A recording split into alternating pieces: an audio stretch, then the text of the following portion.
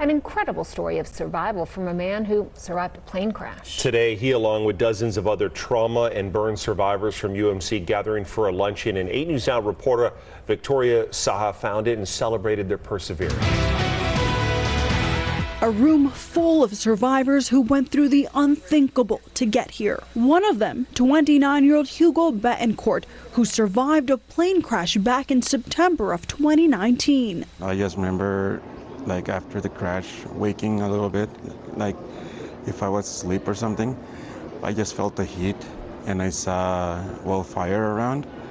My instinct told me to just run outside. Betancourt and 3 of his friends took off from the Henderson airport, but mechanical issues caused their plane to go down. He was covered in jet fuel and flames. Betancourt was in a medically induced coma for more than 5 months here at UMC.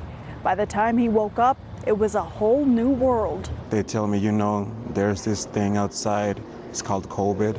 It's going around. Betancourt suffered burns to 95% of his body and had to stay at the UMC Burn Center for a year. Once I saw my reflection, it was like an eye-opening for me.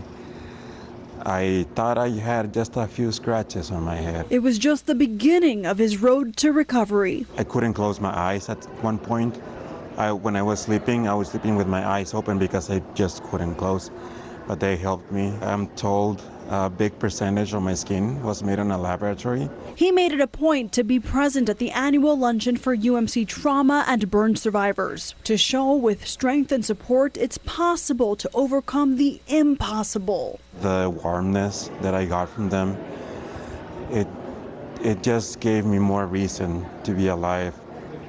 They made their part and I had to make my part too. For Chief of Trauma, Dr. Deborah Cools, this is a day she always looks forward to. We treat them when they are very acute, when they just come in very injured. This is what we live for. This is the best day of the year. And for Betancourt, it's a reminder he isn't alone. In the end, it's just like a small family.